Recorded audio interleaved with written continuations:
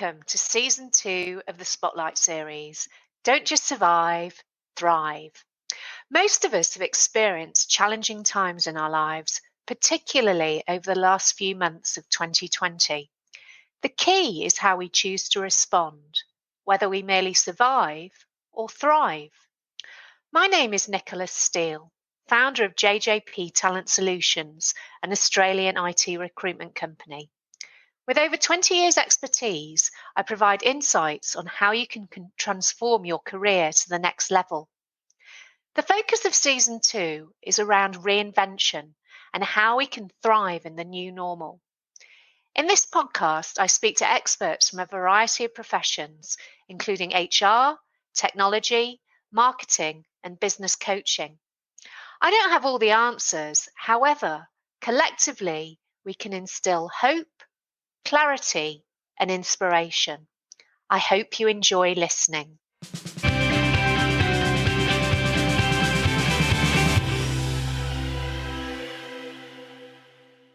I'm delighted to introduce Luke Faccini.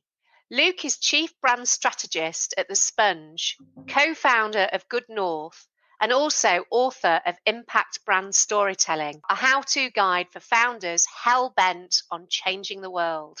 Luke, thank you for joining me on Season 2, Episode 11 of the Spotlight series, Don't Just Survive, Thrive.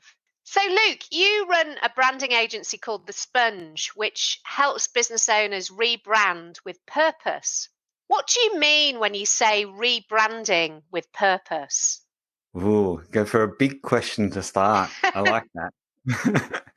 So I believe that awesome is no longer enough. Today, that is the benchmark, and that means that you could have the most awesome product or service, best culture, best marketing, all of that stuff. But if you're not doing something good in the world, as soon as somebody else opens up in your space that is, and it's at no extra cost for your market, then you're irrelevant.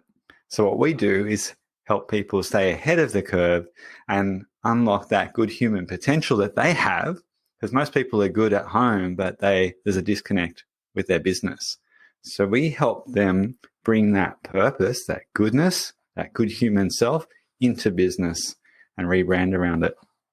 That's really fantastic. And can you give me some examples of clients that you've rebranded with purpose and their stories?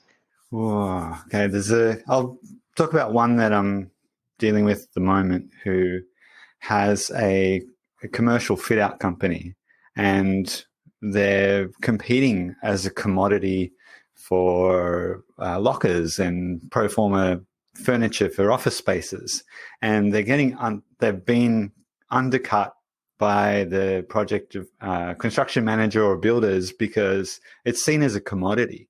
Through the process of our culture development workshop with them and understanding what they're passionate about, we've helped them put a focus on mental well-being, or mental and physical well-being of both their teams and all of the guests that use the lockers and the equipment that they build.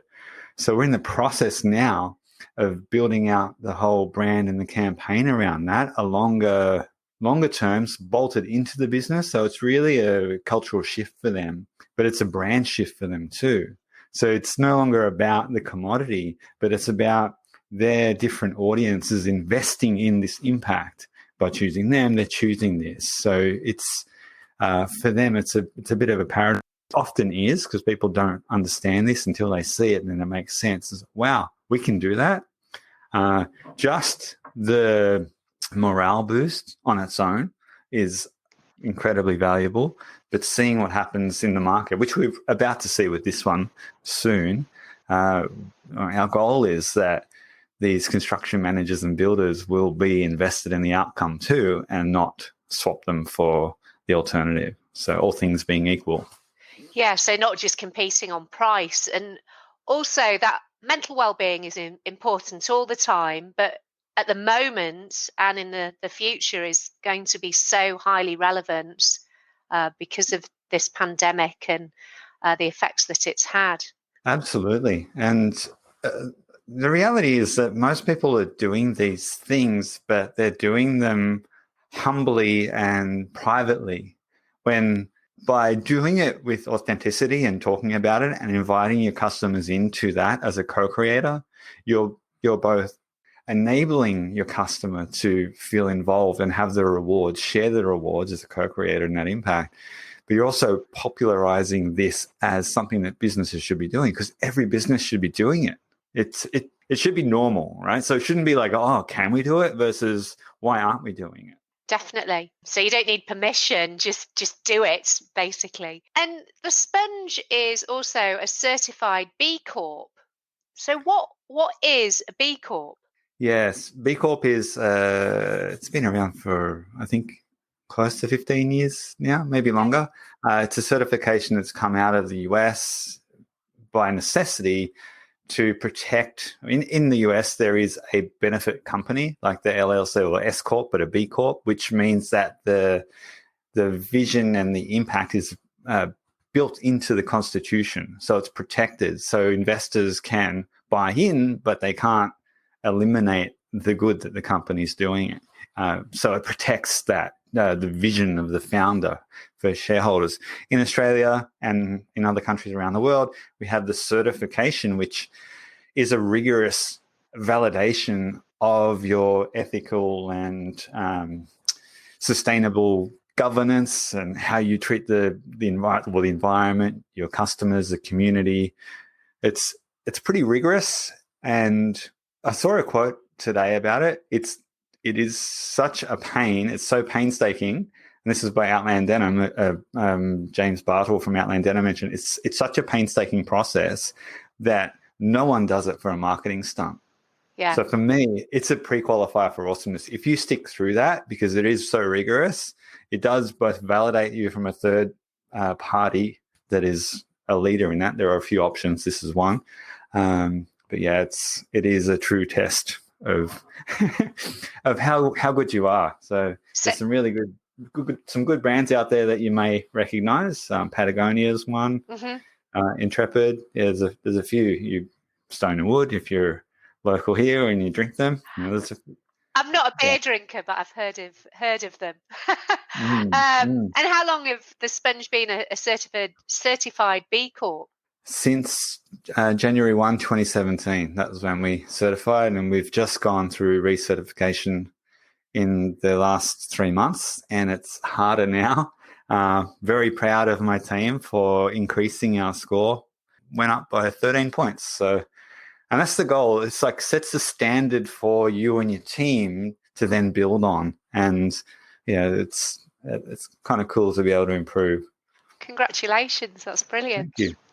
And you do quite a lot of webinars as well, and I attended one of them about storytelling. It was great. It was a nice bite-size lunchtime event, and your own story really resonated with me. So tell me a bit more about that aha moment that you had. Perhaps I'll give you a short recap of that story. I don't think I can jump straight to the aha moment. I started my business way back in 2000, and it was very, how can I say, I was very commercial. I was a capitalist, and I was about making money, doing good work, and that was it. I didn't care who I helped. I was a bit of a brand whore, a brand cowboy, and I found myself in a bit of a hamster wheel of doing good work, making money, spending, growing for the sake of growing. And that was life, fairly unrewarding. And one Saturday morning, I found myself on my couch by the bay in Sydney, where I was living in Concord, beautiful summer's day. I remember the breeze coming in. I was flicking through Netflix, looking for something to watch, and I hit play on a documentary, which looked watchable. And to this point in my life, I'd not actually thought about the true cost of things. I was happy, ignorant bliss. And this documentary was called The True Cost. And before it was done, I was done. It took me through the devastation in the fast fashion industry, the collapses of the buildings in Dakar, senseless deaths, murder, devastation to landscapes. It revealed to me supply chain, and I'd never seen it like that before. And that changed me in that moment. It's like, I can no longer work for brands that are about profit at all costs. So I imploded my business. I fired a whole bunch of clients and started again. 16 years after started again from scratch with the intention to have a positive impact in the world. Wow, that's a really bold move, but obviously it's really paid off. It was 16 years ago, did you say? That was 16 years after starting. So that was the end of 2015. And so beginning of 2016, I started from scratch, which led me to B Corp certification a year later and finding my tribe. Fantastic. That's an amazing story. And in terms of you do lots of webinars and workshops and everything. Tell me a little bit more about those. Yeah, so the one you attended was one of our monthly marketing munchies, and they're part of our impact initiative to offer free training, and we essentially step through some tasty morsel to help people to be better brands. So that's our goal. Our purpose is to help good businesses become better brands, and not everyone can afford us. So we have our grant and we have our free training. Yeah, you came to a storytelling one. Storytelling is a big part of what we teach and preach because everything is resolved as stories. So every aspect of your brand, every touch point is telling part of a story because the person that sees it or experiences it resolves that to story. So the more you can master your storytelling, the more your brand is coherent and powerful at every point of touch, every contact point. Yeah, I really liked it as well because it was short, to the point, and really had some amazing actionable steps. And I'd been procrastinating on something for days, possibly even weeks. And once I finished watching it, I just got on, did it, and great, it was done. So thank you very much for giving me that proverbial kick. Thanks, Luke. And you've also, your book talks about impact brand storytelling, getting back to the storytelling again. So tell me a bit more about that.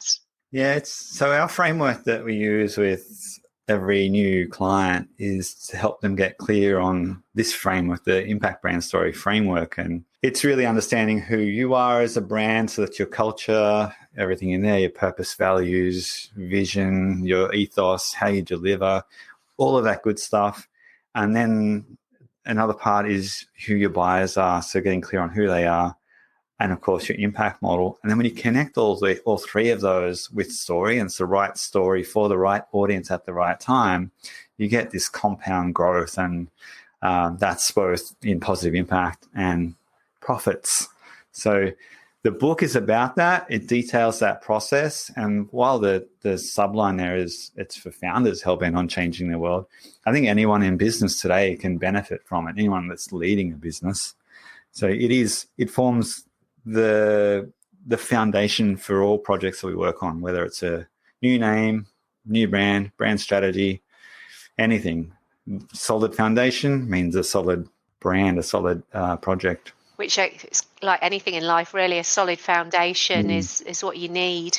With regards to the book, I'll share the link for the book and how people can access that on the show notes. Fantastic. And I've heard you talk about how company brands can be really misunderstood and misaligned. Can you explain a little bit more about that and give some examples of how companies have overcome that misalignment? Yeah, brand misalignment. So I guess is the first belief for that, or the first understanding that we have to have there, is that your culture is your brand. And that's because how your people, how your team makes decisions are based on the values of the organization in part, and obviously the purpose, which is the direction. But those decisions are made by the values. The behaviors are driven by the values. So how your people show up and how the work that they do is governed and directed is how your customers experience the brand. So you might have in one, like your marketing department might be very tactical about a purpose or a message or whatever it is, but then the behavior of your team is different because it's governed by values. And the truth about values is you might have the most amazing values on the wall, but it's what the leaders modeled that are the true values of the organization.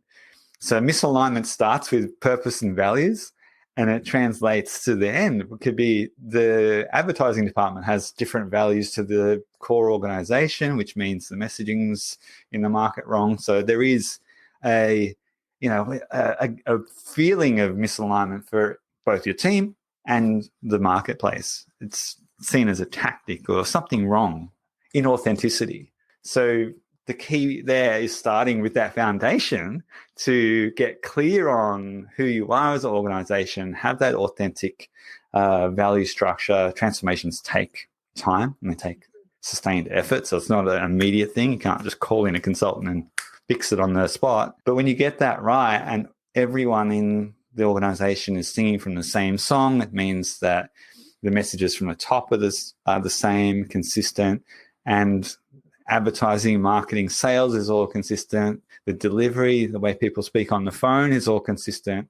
And you get that unified, aligned brand. Yeah, rather than disjointed and nobody quite knows, and almost blame culture as well. Yeah. And can you give me some examples of companies that you think have that misalignment and ones that have overcome that as well? Well, look, I don't want to cast any judgments. What I will talk about, I'm working with a client at the moment, and we're about to reveal their new brand. They have a team of somewhere around 35, 40 people, and we did their first values assessment about 13 months ago. We're about to do the second one. But what I've watched as I've worked with the owner of this organization is by celebrating the values that they all work together to shape, the people that were misaligned, which there is, if you don't do this work, there are misaligned people in the organization. And you know that term toxic culture? It's misaligned people.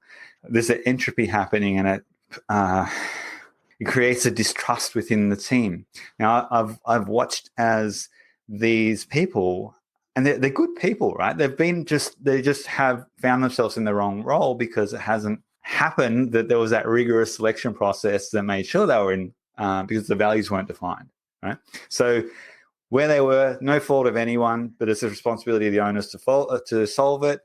And I've watched the people that were not right self-select out. They haven't had to be fired, but they've realized that the more the energy is on celebrating the values and the direction that the business is going, these people are like, this is not right for me. And they pull the parachute and they're out. And now that the whole crew is aligned, there's this amazing buzz coming from the business. And the owner was telling me that he heard it from a competitor that wanted to meet up with him and get some advice because people are talking about it. So it's actually palpable, the results, right? It's known. And one of those things with this alignment is that, and why I'm such a values geek, is that when your people's values, their personal values are aligned at work, it unlocks their creative and discretionary energy. And the vibe there, when everyone is firing like that, there's a survey that said, or a study that says that on a low level role, when the difference between disengaged and engaged team member is 300% more productivity. For a mid-level role, it's 1,200% more productive.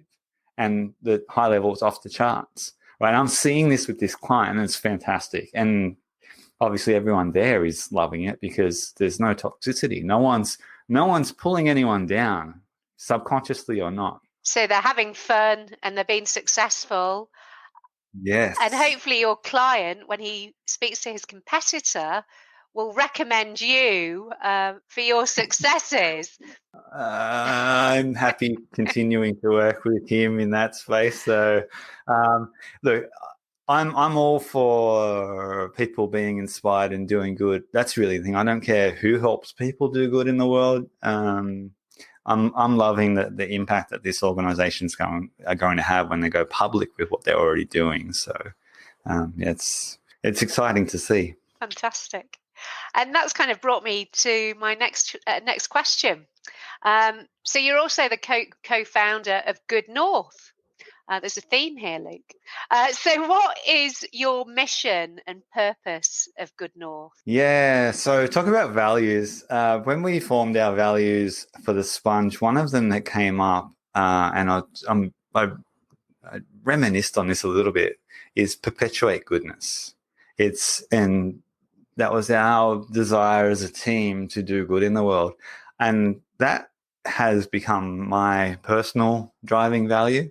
And it's on my whiteboard that sits behind my PC. So it's perpetuate good business in that sense. And it's every conversation, every client. Now, I believe that every business should do good in the world. And that's what we do as the Sponge. But I don't see that that's enough. So Good North started for a number of reasons. One, I found my tribe when I went to this B Corp event in Sydney 9 months after being certified. And it was like, holy shit, 200 people here and everybody is doing something phenomenal with their business, using it as a weapon for good. Some amazing things. Wasn't one of those events where you meet someone and you go, oh, I don't want to bump into them again. It's like, who else can I talk to? Because there's so many cool stories here. And I'm a believer that you are the average of the 5 people that you hang around, like Jim Rohn says. And when I was there, I was like, I could be way more awesome if I'm surrounded by these people, because they are. And tried to get a regular gathering together in Sydney, but right at that time it wasn't happening. But when I moved to Brisbane and met up with some of the B Corps up here, which are a couple, we kicked it off and it's really caught fire. So we changed it very quickly. It was called Byron to Bundy, but people were confusing that with some kind of race or adding Bronte to Bondi, or, it was just getting bastardized. So Good North was me bringing in our naming and going, right, well, that was clearly a fail designed by committee. How would I do it? It's a commercial thing. So Good North, because good is the true north, and because we wanted it to feel like a movement and be open to anyone, which has been perfect for COVID, because now that borders are gone, we have people coming to our events. We had someone come from Kenya yesterday onto our session, and Kenya, Melbourne, which feels as far away as that now, New Zealand. It's open to anyone that can get on our timeline. The purpose of it is twofold. One is create profound connections, because good people ought to be connected to good people. And the second part is foster collaboration, because together we can do so much more than we can alone. And we should not be wasting time reinventing the wheel when we could be creating the change and solving the wicked problems in the world. Fantastic. And I did attend one of those Good North events, and I met somebody in Sydney, an Australian in Japan, an American lady in Turkey. I travelled all over the world that morning. It was fantastic. And as you say, we can't travel at the moment. So it was really, and it was fantastic as well, that everyone had that common purpose of doing good. So it was really, really awesome. And when's the next event? They're on every 3 weeks. Every 3 weeks. Pretty much every 3 weeks. The next one's on the 27th of August. If this is aired before then, everyone who aligns with what we've been talking about today is more than welcome to come. Otherwise, the same link, if you find it anywhere, it'll be about 3 weeks later. So you're more than welcome to attend. We were doing live events. These are fun online, and I'm almost hesitant to do the live events, because these are so easy and so much fun. But as soon as we can feasibly do them, we do the speed networking events in person in Brisbane. We had them scheduled for Sunshine Coast, Gold Coast, and Byron Bay prior to COVID. The plan was they were on the calendar, one each quarter in each of those cities, and alternating a curated collaboration experience offset to the speed networking, which was the following quarter. So anyone that aligns is welcome. You don't have to be a B Corp. You don't have to be in a purposeful role. We say inclusivity. As long as you are a conscious person and it resonates for you, purpose curious, purpose led, come along, you'll have some fun. You'll meet some good people. Fantastic. And I just checked that this podcast is going out on the week of the 24th of August. So if people do wish to attend, it will be in time. And what I can do again is share that link in the show notes as well. So that's fantastic. Well, Luke, thank you very much for sharing your insights. Is there anything else that you'd like to add? I am always keen to have a conversation about purpose. If you are purpose curious and you want to find out how you could potentially make your business better, by all means, jump on, contact me via LinkedIn. It's probably where I'm the most active. Say hello, mention that you heard this and that you want to talk purpose. If not, I'll see you at one of our events. Fantastic. And you're really easy to find on LinkedIn because it's Luke Faccini, Faccini. Yeah, I seem to be the only one. There was a guy that moved to Australia with the same name, but I think because he moved to the Gold Coast and I have a bit of notoriety there, he changed his name to Lucas. So Oh, how funny. Oh, wow. Goodness me. Oh, well, there you go. Well, thank you very much, Luke. And in the spirit of goodness, and you'll have heard of B1G1 about having a positive impact on the world, and by simply doing this podcast recording, that will provide a month's worth of e-learning to a child in rural India. So thank you very much. That's pretty cool. Thank you. Thank you.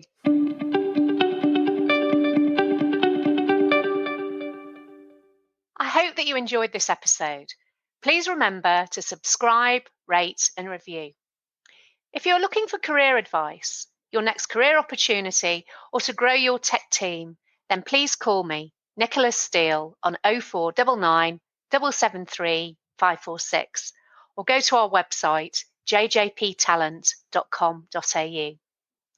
The Don't Just Survive, Thrive podcast is part of the Spotlight series, which includes the YouTube channel Spotlight on Software Development. If you want more insights into the software industry, particularly tech startups, then subscribe to the Spotlight on Software Development YouTube channel. Thank you for listening. Until next time.